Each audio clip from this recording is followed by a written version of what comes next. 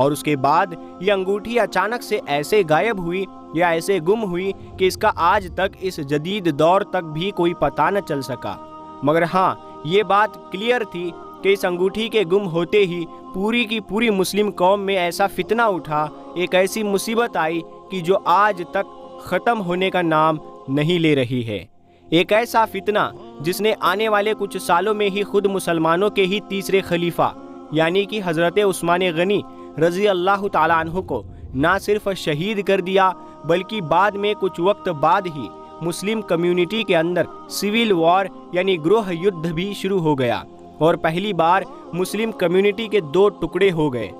یعنی مسلم کمیونٹی دو ٹکڑوں میں بٹ کر رہ گئی۔ دراصل ہوا کچھ یوں تھا کہ ایک مرتبہ تیسرے خلیفہ یعنی کہ حضرت عثمان غنی رضی اللہ تعالیٰ عنہ اور حضرت مکعب ایک کنویں کے پاس بیٹھے ہوئے تھے۔ دراصل وہی کنواں تھا جو مسجد قباء کے پاس موجود ہے۔ ان دونوں میں سے ہر ایک انسان ایک دوسرے کو انگوٹھی پکڑا رہا تھا۔ دیکھنے کے بعد تب اچانک سے نہ جانے کس کے ہاتھ سے یہ انگوٹھی چھوٹی اور یہ انگوٹھی کنویں میں جا گری۔ اب جیسا کہ ہم سب جانتے ہیں کہ نبی کریم صلی اللہ تعالیٰ علیہ وسلم کی انگوٹھی تو کوئی عام انگوٹھی تو نہیں تھی،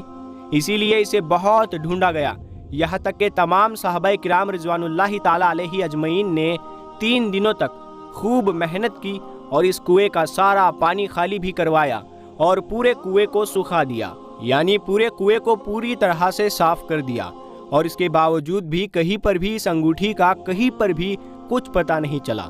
اس انگوٹھی کے گم ہو جانے کی وجہ سے اب حضرت عثمان غنی رضی اللہ تعالیٰ عنہ بہت زیادہ پریشان رہنے لگے تھے، جس کی وجہ سے کچھ وقت کے بعد حضرت عثمان نے ایسی ہی ہو بہو سیم انگوٹھی تیار کروا دی، اور انہوں نے اس اوریجنل انگوٹھی کی ایک کاپی تیار کروا دی تھی، جس کو نہ صرف حضرت عثمان پیار سے دیکھا کرتے تھے بلکہ اپنے خلافت کے کاموں میں بھی اسی مہر کو استعمال بھی کیا کرتے تھے۔ مگر جب حضرت عثمان غنی رضی اللہ تعالیٰ عنہ کو شہید کیا گیا تھا تو اس وقت ان کی یہ ڈپلیکیٹ انگوٹھی ان کی ہی انگلی میں موجود تھی، اور اس کے بعد انگوٹھی کہاں گئی یہ بھی آج تک کسی کو نہیں پتا ہے۔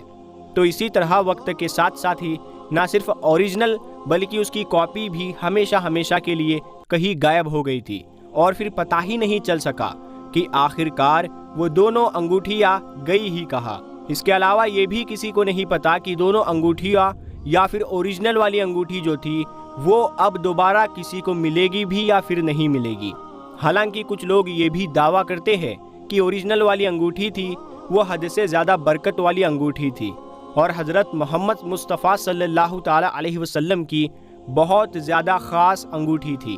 ہو سکتا ہے خدا نے اسے جان بوجھ کر اٹھا لیا ہو، کیونکہ اس سے پہلے بھی ہسٹری میں یعنی اتہاس میں سبھی لوگ دیکھتے ہیں کہ تابوت سکینہ یا پھر اس طرح کی پیغمبر اسلام سے جڑی ہوئی جتنی بھی چیزیں ہوا کرتی تھی وہ وقت کے ساتھ ساتھ ہی لوگوں کے بیچ سے اٹھا لی جاتی تھی۔ باقی پیغمبروں سے جڑی ہوئی کچھ نشانیوں کی طرح ہی یہ انگوٹھی بھی قیامت سے پہلے ہماری دنیا میں واپس آئے گی، یعنی کہ ظاہر ہوگی یا نہیں، اس بارے میں کوئی بھی کچھ نہیں کہہ سکتا ہے، اور نہ ہی اس طرح کی کوئی بھی چیز کہیں پر مینشن کی گئی ہے۔ حالانکہ دوستو، آج کے اس دور میں پیغمبر اسلام صلی اللہ تعالیٰ علیہ وسلم کی اس انگوٹھی کے ایک اور ڈپلیکیٹ یعنی کہ ہو بہو کاپی ترکی کے ٹوپ کاپی محل میں یعنی اس کے میوزیم میں بھی موجود ہے، جہاں پر اس انگوٹھی کے علاوہ پیغمبر اسلام سے جڑی ہوئی اور بھی بہت ساری چیزیں موجود ہیں۔ مثال کے طور پر پیغمبر اسلام صلی اللہ تعالیٰ علیہ وسلم کا خط مبارک، ان کے منہ مبارک، ان کے بال مبارک اور نالین مبارک، ان کا امامہ مبارک، اور اس کے علاوہ بھی بہت سارے تبرکات وہاں پر موجود ہیں۔ ترکی میں موجود اس انگوٹھی کے بارے میں بہت سارے اتہاس کار یہ بھی دعویٰ کرتے ہیں کہ دراصل یہ وہی انگوٹھی ہے جو کسی دور میں اسلام کے تیسرے خلیفہ یعنی حضرت عثمان غنی رضی اللہ تعالیٰ عنہ نے بنوائی تھی۔ وہ اسی لیے کہ یہ انگوٹھی ان کی شہادت کے بعد ٹرانسفر ہوتے ہوتے بغداد پہنچ گئی تھی،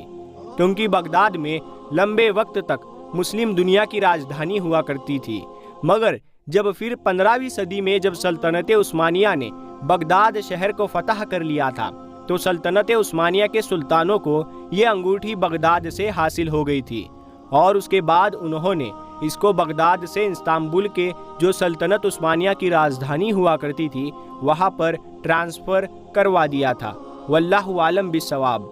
آخر میں اللہ تعالیٰ سے یہی دعا ہے کہ اللہ تعالیٰ ہمیں صحیح علم عطا فرمائے اور صحیح راستے پر چلنے کی توفیق عطا فرمائے، آمین یا رب العالمین۔